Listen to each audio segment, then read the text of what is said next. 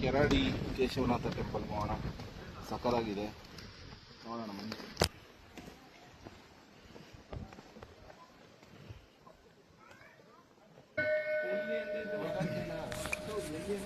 ಈ ಕೇಶವನಾಥೇಶ್ವರ ದೇವಾಲಯದ ವಿಶೇಷ ಏನಪ್ಪ ಅಂದರೆ, ಈ ದೇವಾಲಯದ ಒಳಗಡೆ ಒಂದು ಗುಹೆ ಇದೆ.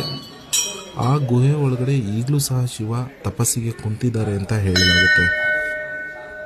ಹಾಗೆ ಆ ಗುಹೆ ಒಳಗೆ ನಮ್ಮ ದರ್ಶನಕ್ಕೆ ಅಂತ ಒಂದು ಶಿವಲಿಂಗ ಇದೆ.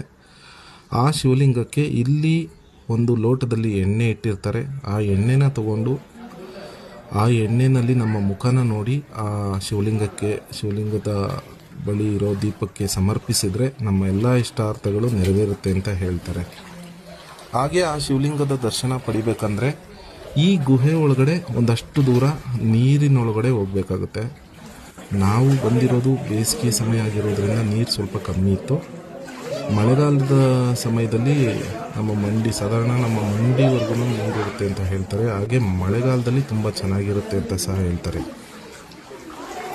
ಒಂದಷ್ಟು ದೂರ ಹೋದರೆ ಹೀಗೆ ಈ ಗುಹೆ ಒಳಗಡೆ ನೀರಿನೊಳಗಡೆ ಒಂದಷ್ಟು ದೂರ ಹೋದರೆ ನಾವು ಈ ಶಿವಲಿಂಗನ ಕಾಣ್ಬೋದು.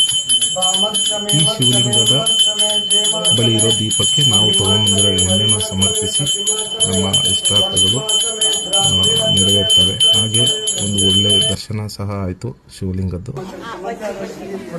ಈ ಶಿವಲಿಂಗದ ಹಿಂದೆ ಇನ್ನೂ ಬಹಳ ದೊಡ್ಡ ಗುಹೆ ಇದೆ. ಆ ಗುಹೆ ಒಳಗಡೆನೆ ಶಿವ ತಪಸ್ಸಿಗೆ ಕುಂತಿದ್ದಾರೆ ಅಂತ ಹೇಳಲಾಗುತ್ತೆ.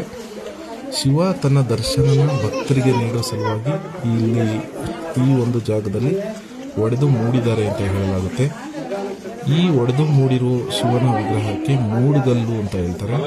ಈ ಮೂಡುಗಲ್ಲನ್ನ ನಾವು ಎರಡೂ ಕೈ ಇಟ್ಟು ನಮ್ಮ ಕೋರಿಕೆಗಳನ್ನು ಆ ದೇವರ ಹತ್ರ ಹೇಳಿದಾಗ ನಾವೆಲ್ಲ ಕೋರಿಕೆಗಳನ್ನು ಶಿವ ಈಡೇರಿಸ್ತಾನೆ ಅಂತ ಹೇಳ್ತಾರೆ.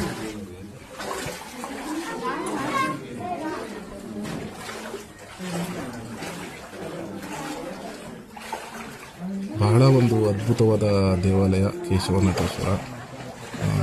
ನೀವು ಸಹ ಫ್ರೀ ಇದ್ದಾಗ ನಿಮಗೆ ಯಾವಾಗ ಟೈಮ್ ಸಿಗುತ್ತೆ ಆವಾಗ ಒಂದು ಸಲ ಭೇಟಿ ಕೊಡಿ. ಹಾಗೆ ಈ ದೇವಾಲಯಕ್ಕೆ ಬರ್ತಾ ನೀವು ಕಮಲಶಿಲೆ ಶ್ರೀ ದುರ್ಗಾ ಪರಮೇಶ್ವರಿ ದೇವಸ್ಥಾನಕ್ಕೂ ಸಹ ಭೇಟಿ ಕೊಡ್ಬೋದು. ಭಾಳ ಚೆನ್ನಾಗಿದೆ.